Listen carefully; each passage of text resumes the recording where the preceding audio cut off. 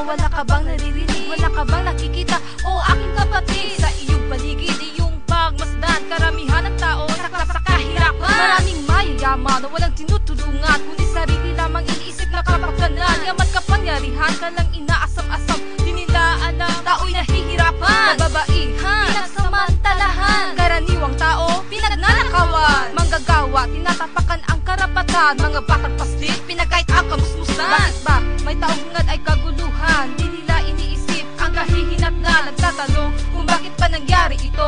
Ito ang katanungang gumugulo sa isip ko. Bakit ba ang buhay ay gulong-gulo? Paano ba maiiwasan to? Bakit ba ang buhay ay gulong-gulo? Paano ba maiiwasan to?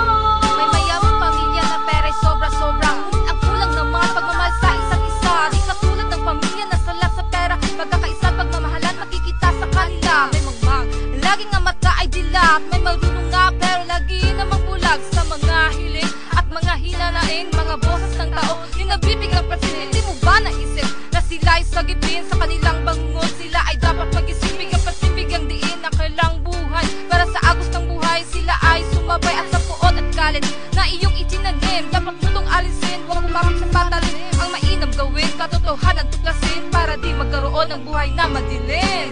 Bakit ba ang buhay ay gulong-gulo? Paano ba maiiwasan to?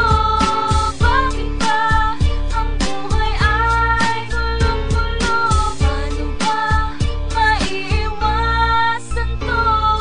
Ika'y mabuti, kinaiingitan. Kung ika'y masama, kinapopuutan. Kung ika'y nasa taas, ika'y hila, ipababa. Kung ika'y nasa baba, ika'y pinawawalang bahala. O ba't ganito ang buhay ng tao? Di mo mapipinto na ika'y nasa peligro, pagkat ang daming patibong sa mundong ibabaw nito. Maraming naloloko sa mga taong manloloko. Kapalaran mo, ikaw ang siyang gumagawa. Gumawa ka ng tama at hindi masama.